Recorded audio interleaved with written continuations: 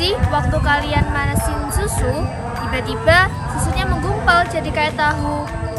Kok bisa ya? Apakah susunya rusak? Atau malah dia sedang menunjukkan keajaiban ilmu biologi? Yuk kita bongkar rahasianya. Susu terdapat protein yang bernama kasein dan whey yang memiliki bentuk seperti tali yang terlipat rapi.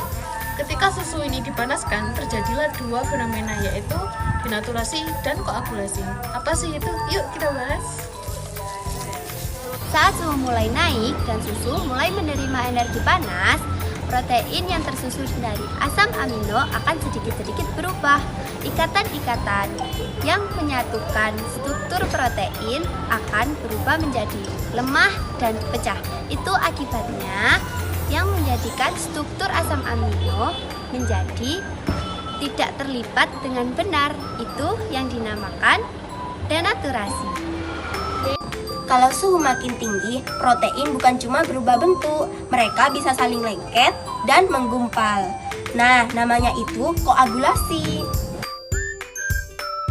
Sekarang ayo kita coba eksperimennya. Kita akan memanaskan susu dengan 3 suhu yang berbeda, yaitu dingin, hangat kuku, dan juga mendidih. Tapi sebelum itu, ayo kita panaskan susunya.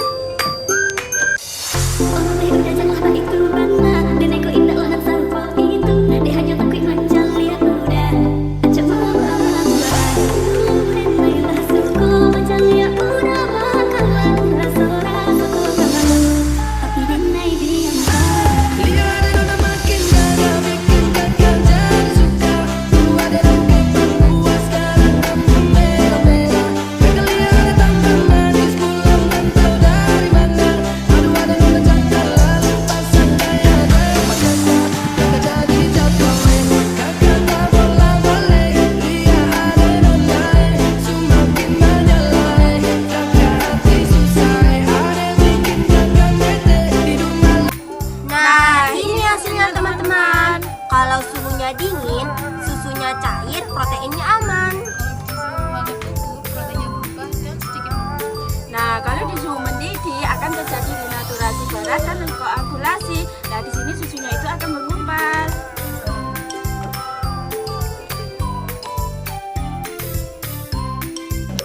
Saat susu dipanaskan, maka suhunya akan menjadi naik, sehingga protein menerima energi panas.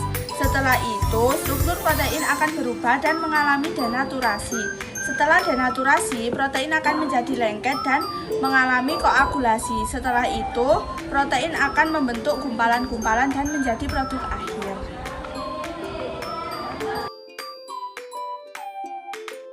Aku boleh bertanya? Nah, dari ketiga perlakuan suhu, pada suhu berapa gumpalan susu terbentuk paling cepat? Mengapa? Kumpulan susu atau denaturasi protein biasanya terjadi lebih cepat pada suhu yang lebih tinggi karena peningkatan suhu mempercepat laju reaksi kimia masuk protein dalam susu.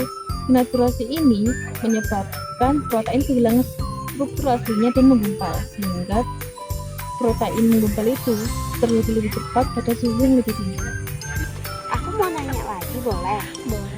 Mengapa pada suhu mendidih tidak terbentuk gumpalan meskipun ditambahkan perasan jeruk nipis? Jelaskan dengan konsep denaturasi enzim. Denaturasi enzim adalah perubahan struktur enzim akibat bahan ekstrim, suhu tinggi, atau bahan kimia lainnya sehingga tidak bisa mempercepat laju reaksi kimia lagi. Aku mau nanya, jelaskan hubungan antara kecepatan reaksi enzim dan suhu menggunakan kurva hipotetik yang menggambarkan suhu optimal. Jadi sebelum aku jawab, aku kasih kurva hipotetiknya di sini. Jadi, yang pertama kita ada susu dengan suhu ruang, yakni suhunya mencapai 20-26 derajat, yang mana susu ini mengalami minimum koagulasi dan denaturasi. Selanjutnya ada susu hangat ukuh, yang mana suhunya pada 37-40 derajat Celcius. Dia mengalami koagulasi dan denaturasi. Selanjutnya ada susu yang ketiga, yaitu susu suhu mendidih, yaitu sampai 100 derajat Celcius. Di mana susu ini mengalami maksimum koagulasi dan denaturasi. Jadi, jadi lihat ya perbedaan suhunya. Aku mau nanya boleh? Boleh, mau nanya apa? Jadi, Jika praktikum ini dilakukan dengan susu yang disimpan di kulkas dengan suhu 5 derajat Celcius, prediksikan hasilnya dan jelaskan alasannya. Hasil prediksinya itu gumpalan susu akan terbentuk sangat lambat atau tidak terbentuk. Alasannya mengapa? Karena pada suhu kurang lebih dari 5 derajat Celcius, aktivitas enzim menurun karena energi kinetik sangat rendah, sehingga tumbukan antara enzim dan substratnya itu sangat sedikit.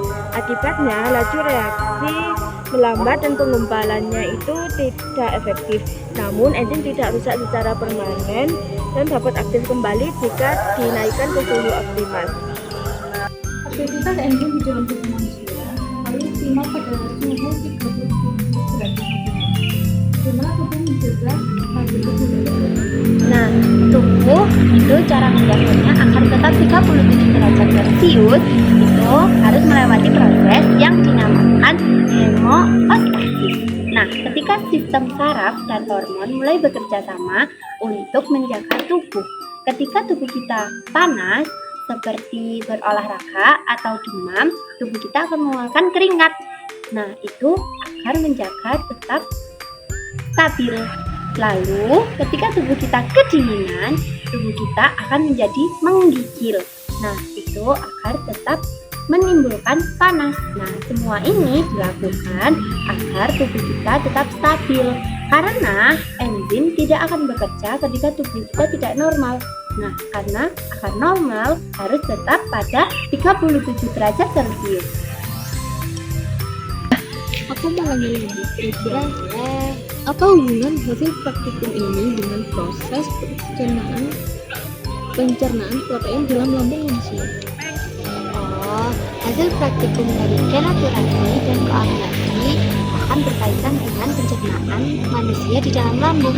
Nah, di dalam lambung itu ada asam lambung dan enzim pepsin yang menyebabkan protein terdenaturasi. Itu sama seperti ketika susu dipanaskan, itu akan berubah dan menggumpal. Nah, itu sebabnya enzim bisa dengan mudah memecah protein yang sudah terdenaturasi menjadi potongan-potongan kecil atau yang disebut dengan asam amino. Nah, semua itu disebut dengan proses katabolisme. Bolehkah aku bertanya? Boleh, menanya apa? Aku mau nanya, jika suhu tinggi digunakan dalam proses pasteurisasi susu berdasarkan konsep enzim, mengapa metode ini efektif membunuh mikroorganisme? Oke, jadi suhu tinggi dalam proses pasteurisasi itu efektif dalam membunuh mikroorganisme. Karena suhu panas ketika pasteuris terjadi bisa mengalami denaturasi dan inaktivasi enzim di dalam mikroorganisme, yang mana enzim merupakan katalis biologis mikroorganisme, di mana ketika dia berubah strukturnya atau mengalami denaturasi, maka mikroorganisme tidak bisa melakukan proses-proses vital dan akhirnya mati. Jadi itulah kenapa pasteurisasi efektif membunuh mikroorganisme. Boleh nanya enggak? Namanya apa? Jika praktikum ini menggunakan enzim papain dari getah pepaya, apakah suhu optimalnya sama dengan enzim dalam tubuh manusia? Jelaskan kemungkinan perbedaannya. Jadi, suhu enzim optimal papain dengan suhu enzim di dalam tubuh manusia tentunya pasti berbeda.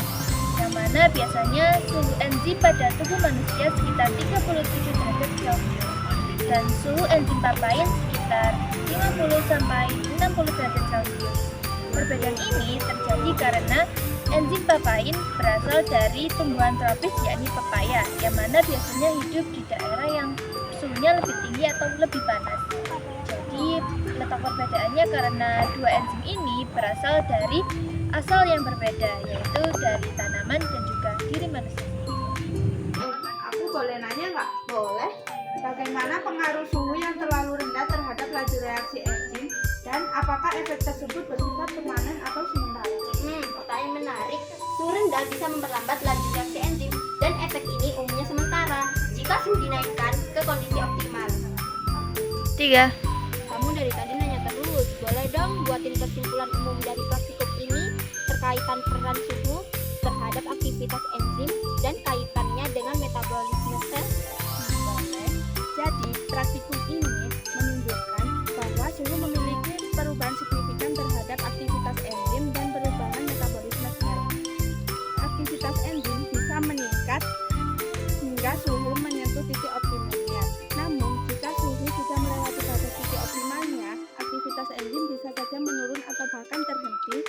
karena adanya proses denaturasi. Perubahan suhu ini mempengaruhi kecepatan reaksi metabolisme yang dikatalisis oleh enzim. Suhu yang terlalu tinggi atau terlalu rendah dapat menghambat proses metabolisme sel. Oke, terima kasih. Nah, dari ilmu sederhana ini kita bisa mendapat kesimpulan dengan cara berjualan dapat atau mengenai. Nah, jadi jangan remehkan penguatan kecil. Walaupun segelas susu bisa jadi rezeki besar loh. Di protein susu ini kita bisa belajar bahwa suhu panas bisa merubah segalanya. Tapi perubahan itu bisa tidak selalu buruk. Sama seperti protein yang berubah saat dipanaskan, kita juga bisa berubah saat menghadapi tantangan. Lah, kadang dari tekanan itu kita bisa menjadi manusia lebih kuat. Sekian video dari kami. Thank you for watching. Wassalamualaikum warahmatullahi wabarakatuh.